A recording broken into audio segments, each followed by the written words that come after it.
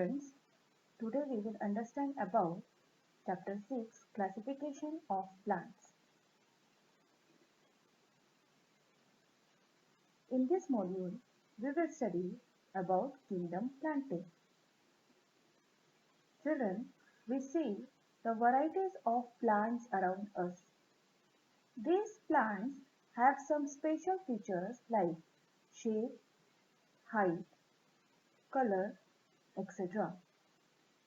To understand the properties or characteristics of different plants, we have to classify the plants. The presence or absence of organs is the first criteria for classification of plants. At the higher levels of plant classification, different characteristics are considered for classification. Example, depending upon the absence or presence of flowers, the presence or absence of separate conducting tissues for conduction of water and food. Children, for classification of plants, Robert Whittaker in 1959 put forward five kingdom system of classification. For this classification, Whittaker considered muscle composition, nutrition method, nutrition source, body structure as a criteria. Children, we have already studied in Standard 8 about Kingdom Monera, Kingdom Protista, Kingdom Fungi. Okay, so what are the hidden secrets of Kingdom Plantae which impart this green freshness to our surroundings? Just think about it. Just how much diversity is there in this kingdom? Let us see. Before that, let us see the classification of living organisms. Children, living organisms are classified into prokaryotic and eukaryotic. Prokaryotic has kingdom Monera. Eukaryotic is classified into unicellular and multicellular. Unicellular has kingdom Protista. Multicellular may be with cell wall or may be without cell wall. With cell wall is again classified into two, that is autotrophs, kingdom Plantae, and heterotrophs, kingdom Fungi, and without cell wall, kingdom Animalia. Children, always keep it in mind that prokaryotes are without cell wall and are mostly unicellular, while eukaryotes are unicellular or multicellular. Okay, eukaryotes are unicellular or multicellular. In kingdom Plantae, cell wall is present and plants can perform the process of photosynthesis with the help of sunlight. They can prepare their own food, okay, which we have it, and release oxygen that we breathe. Children, in plants, stomata are the minute openings generally found in the epidermis of leaves. Children, the stomata are found in the epidermis of leaves. These openings are surrounded by guard cells. I repeat, in plants, stomata are the minute openings generally found in the epidermis of leaves. Let us see the functions. Stomata have two main functions, namely they allow for gas exchange acting as an entryway for carbon dioxide and releasing oxygen that we breathe. I repeat, stomata have two main functions, namely they allow for gas exchange acting as an entryway for carbon dioxide and releasing oxygen that we breathe. The other main function is regulating water movement through transpiration. Okay. Because of such things, kingdom Plantae is different from kingdom Animalia. Now, let us understand basis of classification.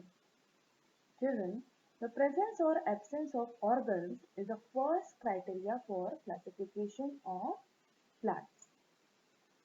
The presence or absence of separate conducting tissues for conduction of water and food is the next consideration for classification, whether the conducting tissues are present or not. That also we have to see.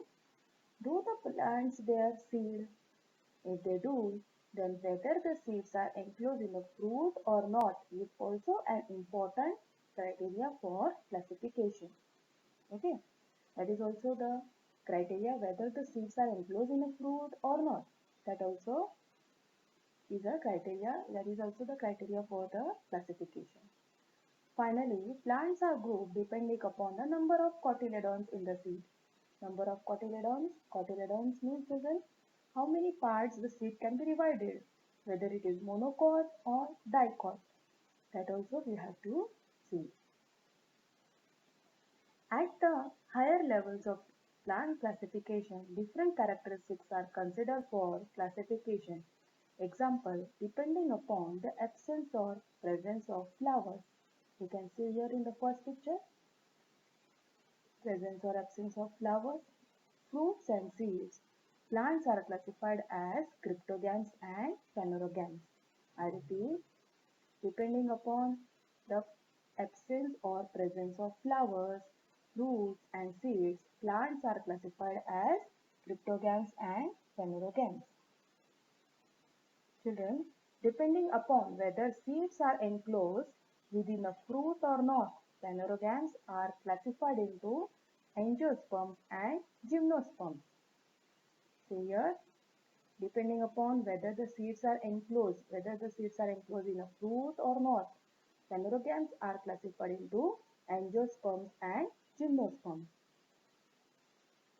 Angiosperms are further classified as monocots or dicots, depending upon the number of cotyledons in the seed. Okay, children, in 1883, A.W. Eichler, a botanist, classified the kingdom Plantae into two subkingdoms, that is, cryptogams and phanerogams. Children, cryptogams is a plant that has no true flowers or seeds, including fern, mosses, algae, fungi. Okay, they don't have any of the flowers or seeds. And phanerogams are seed-bearing plants. That is the difference between the two. We will understand them in detail. Okay. Now children, kingdom Plantae is classified into cryptogams and phanerogams. Cryptogams is classified into Bryophyta, Thallophyta and Pteridophyta.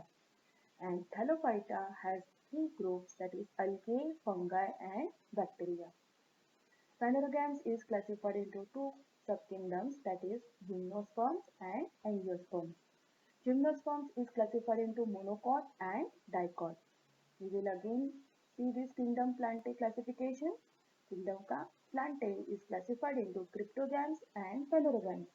Cryptogams is classified into three divisions, that is Bryophyta, Thallophyta, Pteridophyta. Thallophyta is classified into three groups, algae, fungi and bacteria. Phanerogams is classified into gymnosperms and angiosperms. Gymnosperms is classified into monocot and dicot.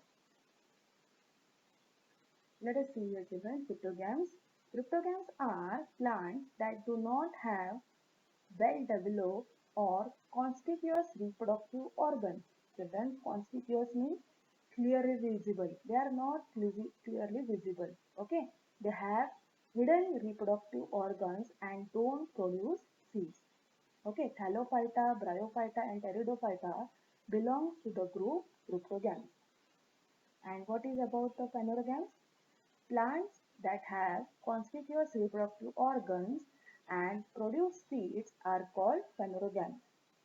Gymnosperms and angiosperms belong to the group phanerogams. Children, First, we will understand about the division Thallophyta. It is a division of plant kingdom including primitive forms of plant life showing a simple plant body. Thallophyta is divided into three groups: algae, fungi and bacteria. Let us understand about the group algae. Children, these plants grow mainly in water. This group of plants which do not have specific parts like roots, stem, leaves, flowers but are autotrophic due to the presence of chlorophyll is called algae. Children, it is a greenish layer mostly found on the upper layer of the water in any of the pond or streams. That greenish layer, or mostly they are aquatic. Okay, they are known as algae. They don't have roots, stem and leaves.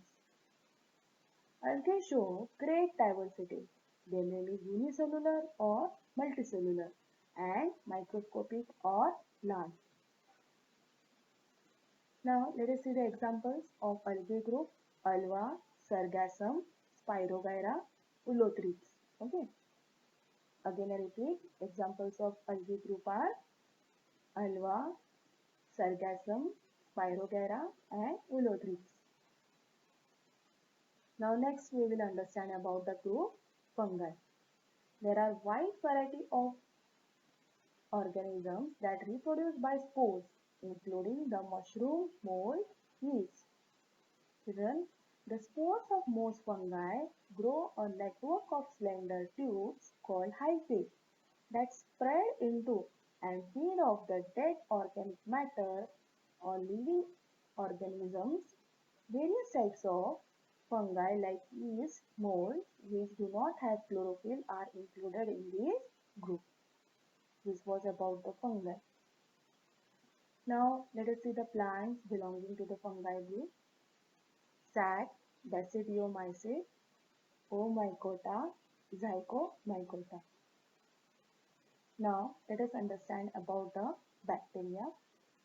Children, bacteria are microscopic living organisms, usually one cell, that can be found everywhere. Okay, mostly they are one cell and usually found on the earth everywhere. Okay, they can be dangerous such as when they cause infection or beneficial as in the process of fermentation. Okay, they are microscopic, one cell and found everywhere. Keep it in mind properly. Okay, let us see the points to remember. Living organisms of kingdom Plantae are the main source of food for all living organisms. In 1883, Eichler, a botanist, classified the kingdom Plantae into two subkingdoms, cryptogams and phanerogams. Depending upon whether seeds are enclosed within a fruit or not, phanerogams are classified as gymnosperms and angiosperms. Algae show a great diversity. Various types of fungi like yeast and molds which do not have chlorophyll are included in the group Thallophyta. There is a short homework for you. Which criteria are used for the classification of plants? Write the characteristics of subkingdom phanerogams. Draw a neat and labeled diagram of Spirogyra. Thank you.